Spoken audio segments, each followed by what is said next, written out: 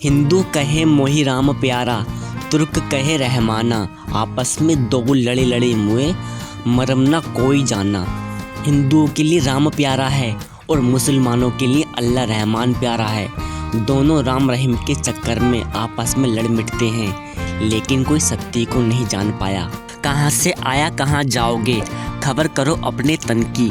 कोई सतगुरु मिले तो भेद बतावे, खुल जावे अंतर खिड़की। जीव कहाँ से आया है और कहाँ जाएगा, पंडित और मौलवी इसका जवाब धर्म ग्रंथों से देते हैं। कबीर साहिब कहते हैं कि इस प्रश्न का सही जवाब चाहिए तो किसी सतगुरु की मदद लो। जब तक अंतर आत्मा से परमात्मा को पाने की कसक नहीं उठेगी, तब तक जीव को इस सवाल का सही जवाब नहीं मिलेगा कि इस दुनिया में वो कहाँ से आया है और एक दिन शरीर छोड़ने के बाद कहाँ जाएगा। माला मुद्रा तिलक छापा, तीर्थ व्रत में रिया भटकी, गावे बजावे लोक रिझावे, खबर नहीं अपने तन की। कबीर साहिब जी कहते हैं, माला पहनने, तिलक लगाने, व्रत रखने और तीर्थ करने से जीव का आध्यात्मिक कल्याण नहीं होगा। इसी तरह से जो लोग धार्मिक कथाएं सुनते हैं, भजन गाकर नाच कर लोगों को रिझाते हैं, वो भी आम जनता को आत्म कल्याण का उचित सत्य मार्ग नहीं दिखाते हैं।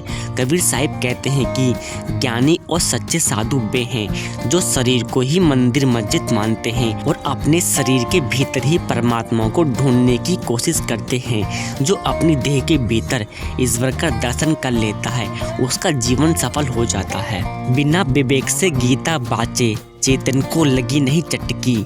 कहे कबीर सुनो भाई साधो, आवागमन में रिया भटकी। कबीर साहिब कहते हैं कि यदि हृदय में विवेक और वैराग्य का उदय नहीं हुआ तो गीता पढ़ने से भी उसका क्या भला होगा।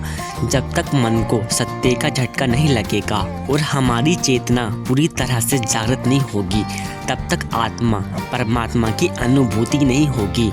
कबीर साहिब फरमाते हैं कि मन ही बंधन और मोक्ष का मूल कारण है।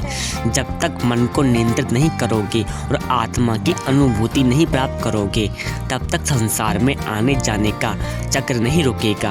आत्मा के द्वारा ही परमात्मा की भी अनुभूति प्राप्त होती है। भक्ति दान किया नहीं, अब रह काश की ओट, मार पीट प्राण निकाल ही जम तोड़ेंगे होठ।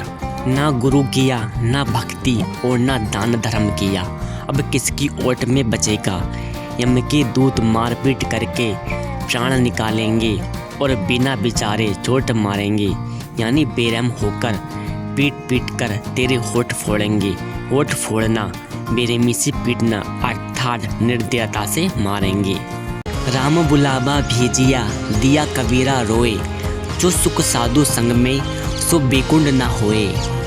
जब मृत्यु का समय नजदीक आया और राम के दूतों का बुलावा आया तो कबीरदास जी रो पड़े, क्योंकि जो आनंद संत और सज्जनों की संगति में है, उतना आनंद तो स्वर्ग में भी नहीं होगा।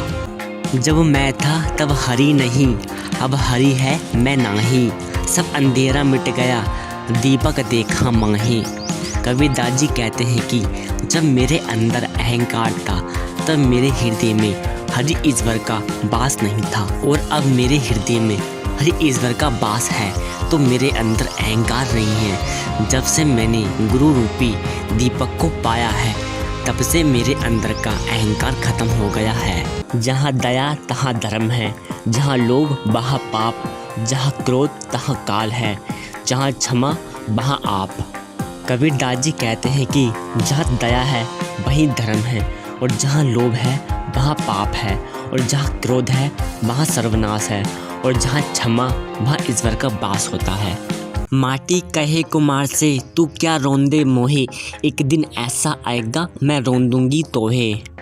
जब कुम्हार बर्तन बनाने के लिए मिट्टी को रोंद रहा था तो मिट्टी कुम्हार से कहती है, तू मुझे रोंद रहा है, एक दिन ऐसा आएगा जब तू इसी मिट्टी में विलीन हो जाएगा और मैं तुझे रोंदूंगी। जियूं नैनन में पुतली, तियूं मालिक घर माही, मूर्ख लोग न जानिए, बाहर ढूंढत जाही। कबीरदास जी कहते हैं कि जैसे आँख के अंदर पुतली है, ठीक वैसे ही ईश्वर हमारे अंदर बसा है। मूर्ख लोग नहीं जानते और बाहरी ईश्वर को तलाशते रहते हैं, जबकि ईश्वर तो हमारे अंदर बसा हुआ है।